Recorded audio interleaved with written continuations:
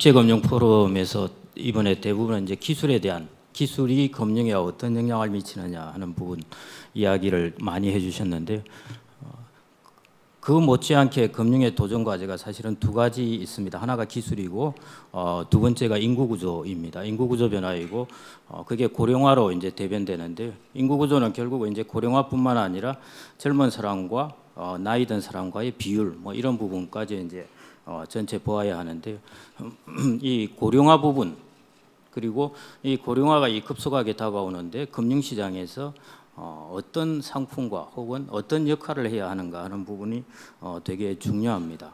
자, 이제 제가 질문을 하나 드려보겠는데요. 고령화가 아주 급속하게 진전되는 향후 우리나라의 이 상황에서 과연 우리가 보험권, 그다음에 은행, 자본시장 있다면은 어느 업군에서 가장 유리할까 하는 부분입니다. 대부분의 분들은 생각하시기를 보험업권이라고 생각하십니다. 보험권에. 왜냐하면은 연금 상품이라는 게 있기 때문에 고령화 시대에는 대부분 연금에 대한 수요가 많이 증가하고 그래서 보험권이 되게 유망할 거라고 생각을 하십니다. 물론 이제 특별한 이유가 없으면은 그럴 수 있습니다. 자, 그렇지만은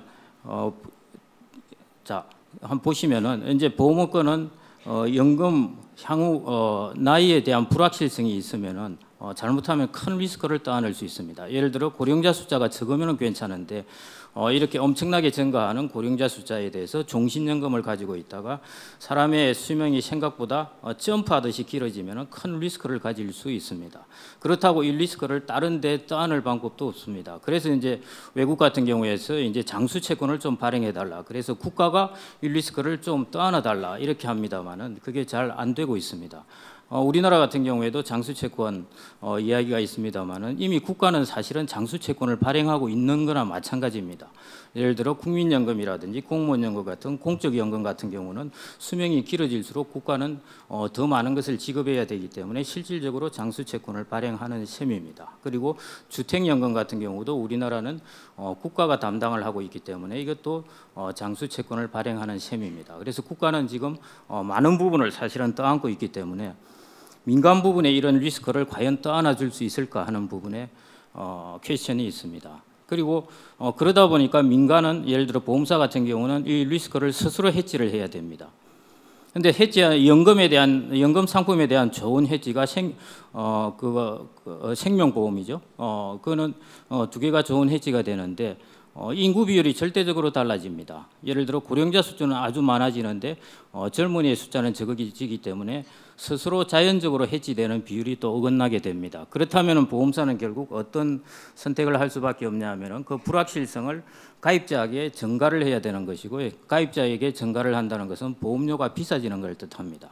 그럼 사람들이 연금 상품이 자꾸자꾸 매력이 없어지게 돼가지고 다른 상품을 찾게 된다는 것입니다. 그래서 보험권에는 이런 챌린지가 있게 되는 것이고, 은행권은 잘 아시다시피 어제는 이제 신기술 혁명이 은행권에 주로 어떤 영향을 미치느냐인데요.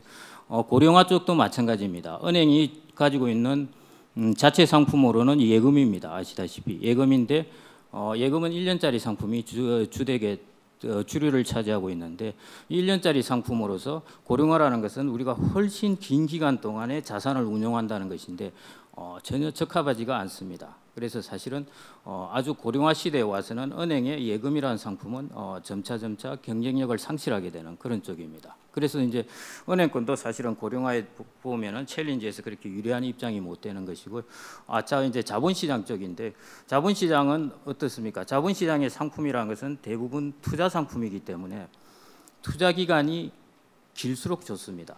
투자 상품이라는 것은 투자 기간이 길수록 위험이 줄어들게 되고 위험이 줄어든다는 것은 상대적으로 수익이 높아진다는 거하고 똑같아집니다. 그리고 또 하나 이제 고령화가 되게 되면은 사람들이 자산을 길게 운용하기 시작합니다. 여러분들이 퇴직연금, 개인연금 이런 상품들이 있는데 예를 들어 한 27살 정도에 이 상품을 처음 가입했다고 그러면은 향후 지금 27살에 가입하는 사람들은 이 개인연금과 퇴직연금을 한 몇 년을 가지고 있어야 되냐 하면은 저분이 최소 한 95세까지는 가지고 있어야 됩니다. 그러니까 짧아도 50년, 길면 한 70년을 운영해야 되는 펀드입니다. 아주 긴 펀드이고 이런 부분에 이제 자산이 자꾸 증가한다는 것이고 거기서 수요하는 자산은 이제 자본시장의 상품일 수밖에 없습니다. 그리고 수명이 길어지다 보면은 수익을 좀 더 올려야 그만큼 자기의 돈의 수명을 길게 할 수 있기 때문에 수익을 조금 더 올려야 되겠다는 데에 대한 수요도 증가합니다. 안정적인 상품에 대한 수요도 증가합니다만은 또 한 극단으로는 이제 수익을 좀 더 높여야 되겠다는 그런 수요도 증가하게 되는 것입니다. 그래서 제가 생각하기로는 제가 추론하기로는 고령화 시대에 그래도 가장 유망한 부분은 자본시장에 있다 이렇게 보고 있습니다. 물론 자본시장에서 당연히 운용을 잘 못한다든지 이게 적절한 프로그램을 제공해주지 못한다면은 당연히 돈은 오지 않게 되겠죠. 그리고 국가의 이런 어떤 효율성을 높여줄 수 없게 되는데요. 그래서 자본시장은 이에 대한 부분을 충분히 상품이나 여러 면에서 준비를 해야 할 것 같습니다. 그래서 오늘은 제가 말씀드린 부분은 이제 그런 부분, 자본시장에서 어떤 것을 준비하고 있어야 이 고령화라는 시기에 있어서 이것을 충분히 우리가 효율적으로 활용할 수 있는가 하는 부분을 한번 살펴보겠습니다. 그래서 이제 크게는 고령 사회의 현황 이거 뭐 많이 들어보셨을 텐데 오늘은 제가 그냥 주시하고 있는 한 2개 정도 데이터만 말씀을 드리겠습니다. 그리고 이런 현황에서 해법은 어떻게 가져가야 되는 것이며 자본시장에서 어떻게 대비를 해야 하는 것인가 하는 부분에 대해서 중점적으로 말씀을 드리겠습니다. 이 그래프가 65세 이상 인구의 숫자가 아닙니다. 65세 이상 인구의 전년비 증가 숫자입니다.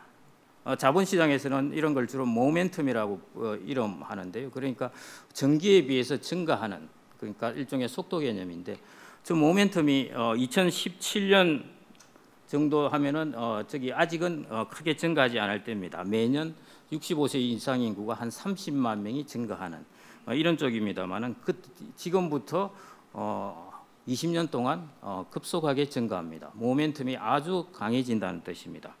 그래서 지금부터 20년 동안 65세 이상 인구는 1,000만 명이 증가합니다. 1,000만 명이 증가한다는 것은 매년 50만 명이 증가한다는 것입니다. 그래서 이런 쪽에 그리고 65세 이상 인구 아시겠지만 일본이나 미국이나 뭐 영국이나 다 데이터를 봐도 마찬가지입니다. 금융자산을 주로 가지고 있는 계층은 60세 이상 계층입니다. 그러니까 금융자산을 주로 가지고 있는 계층의 숫자가 지금부터 20년 동안 그 이후도 계속 증가합니다. 지속적으로 모멘텀이 아주 강하게 증가한다는 것입니다. 그래서 이 부분이 자본시장에서는 어떻게 보면은 아주 큰 기회라고 보면 되실 것 같습니다. 또 하나가 이제 이 그래프인데 이게 제가 여러 군데 적용될 수 있는 그래프입니다. 뭐냐면은 25세에서 54세 인구와 55세 이상 인구의 상대적인 비중을 그린 그래프입니다. 예를 들어 보험금 같은 경우는 이 그래프를 이렇게 또 해석할 수 있습니다. 25세에서 54세는 주로 생명보험에 가입하는 수요가 많은 계층. 그리고 55세 이상은 종신연금이라든지 연금을 주로 수요하는 계층 이렇게 보시면 될 텐데 이 비중이 보시면은 지금이 0.6 정도인데 한 20년 후에는 1.4 정도로까지 이 비중이 급격하게 증가합니다. 뭐냐면은 제가 아까 모두에 말씀드렸듯이 생명보험으로 종신보험을 자연 해지하는 데 있어서의 수적 부분에 불균형이 생긴다는 것입니다. 생기는 것이고 은행권을 보도 마찬가지입니다. 은행권은 이건 어떻게 해석할 수 있냐면은 25세에서 54세는 월급 통장입니다. 월급 통장이고 55세 이상은 연금 통장입니다. 그 이전까지는 다 은행들은 월급 통장을 유치하러 많이 다녔습니다. 향후에는 어떤 식으로 바뀌었느냐? 연금 통장을 유치하는 것이 연금 계좌를 가지는 것이 은행에서는 아주 중요한 부분이 된다는 것을 보실 수가 있습니다. 그래서 25세에서 54세 인구와 55세 이상, 뭐 이게 60세 이상 인구 하더라도 뭐 큰 차이는 없습니다. 이런 쪽에서의 변화 속도가 어마어마하게 크게 변하고 있다는 것입니다. 그래서 향후 금융권은 인구 구조, 고령화와 그다음에 기술 혁신 여기에 어떻게 잘 대응하느냐, 대응하지 못하느냐가 지금까지와 이룬 성과는 전혀 관계없이 물론 전혀 관계없지는 않겠습니다만 별로 관계없이 여기에 잘 대처하지 대처하느냐 대처하지 못하느냐가 상당 부분 향후의 미래를 결정할 것으로 보고 있습니다. 그것은 바로 이 데이터가 말해주고 있습니다. 그런데 고령자의 부는 우리나라는 주로 어떻게 구성되어 있을까인데요. 저게 이제 60대 이상 가구의 자산과 부채 현황이고, 참고로 50대를 제가 오른쪽에 해놨는데, 보시면 전체 비중에서 금융자산 비중이 한 18%, 부동산이 한 78%, 그중에 거주주택이 한 42% 이렇게 차지하고 있습니다. 어떤 특징을 가지고 있느냐? 이거는 뭐 많이 들으셨을 겁니다. 높은 부동산 비중, 그리고 뒤에 데이터에서 보시겠지만은 금융자산 중에서 예금을 대부분 가지고 있습니다. 그래서 우리나라 고령자의 자산은 그냥 특징적으로 딱 두 가지입니다. 부동산과 예금, 이 두 가지입니다. 자, 이 두 가지가 고령화 시대 혹은 장수 시대에 맞는 포트폴리오느냐? 그게 아니라는 것입니다.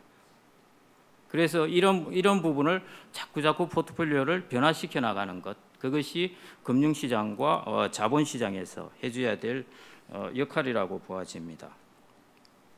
그 데이터 방금 말씀드렸지, 금융자산 중에 약 85%를 예금으로 보유하고 있습니다. 그러니까 부동산과 예금이라는 이 두 부분을 어떻게 고령화에 맞게 자산 구성을 변화시킬까 하는 것이고, 또 변화해 나갈 거라고 보고 여기에 대한 수요가 증가할 것으로 보고 있습니다. 자, 어떻게 되느냐 하는 부분입니다. 자, 우리나라가 부동산은 많이 가지고 있고 금융자산은 적지만은 그중에 예금을 많이 가지고 있고, 다른 한편으로는 투자자산은 적게 가지고 있고 연금자산을 적게 가지고 있습니다. 자, 그러니까 고령화 시대, 장수 시대에 완전히 임밸런스한 이런 포트폴리오입니다. 그러면 향후 어떻게 변해가야 하느냐 하면은 연금자산의 비중이 자꾸 증가해야 되고 투자자산의 비중이 증가해야 합니다. 이것이 이제 장수 시대에 맞는 포트폴리오인데요. 자, 우리나라에서 주택연금 부분은 아주 좀 세계적으로 특이한 주택금융공사가 주로 담당하고 있는 그런 제도로 가지고 이미 4만 가구 이상의 이제 주택연금을 활용하고 있습니다. 그래서 부동산을 유동화해서 이것을 주택연금이라는 걸 통해서 계속 연금의 비중을 높여가고 있습니다. 향후에도 이 부분을 이제 계속 높여갈 예정인데요. 이 부분은 이제 국가에서 담당하는 부분입니다. 그래서 계속 그런 부분에 이제 주택의 유동화 부분이 있게 될 거고요. 그 다음에 이제 금융자산을 두 가지 형태로 예금에 주로 집중되어 있던 것을 두 가지 형태로 나눠야 됩니다. 하나가 연금이라는 것으로 연금의 비중을 늘려야 되고, 또 하나가 이제 투자자산의 비중을 늘려야 하는 것입니다. 그것이 향후에 이제 이뤄야 될 중요한 부분이고요. 해외 같은 경우 우리가 DB형, 퇴직연금에서 DB형이라는 이야기를 하는데, 원래 DB형은 기업이 우리나라의 국민연금처럼 기업이 죽을 때까지 연금을 주는 것이 DB형입니다. 그런데 우리나라 DB형이라고 그러지만은 퇴직을 할 때 목돈을 받고 끝납니다. 끝나기 때문에 근로자들은 대부분 목돈을 받고 일시금으로 인출해서 끝납니다. 그렇기 때문에 상대적으로 연금화의 비중이 아주 낮고 이런 부분이 리스크에 노출되어 있습니다. 그래서 향후 이게 예금이라든지 퇴직연금으로 찾는 돈, 연금저축으로 찾는 돈, 이런 것들을 어떻게 연금화로 잘 연결하느냐 한 부분이 상당히 중요한 부분입니다. 그 연금화를 우리가 이 시장에서 모두 다가 보험사의 연금으로 생각할 수가 있습니다. 물론 보험사의 연금이 상당 부분의 비중을 차지할 수 있는데, 자본시장에서 이런 부분도 많은 역할을 할 수가 있습니다. 그게 뭐냐면은 투자형 인출 상품인데, 투자를 하면서 자기가 어떤 스킴에 따라서 자금을 인출해 나가는 그런 부분입니다. 그래서 연금화 시장에서 보험권뿐만 아니라 자본시장에서도 상당히 큰 역할을 할 부분이 있다는 것입니다.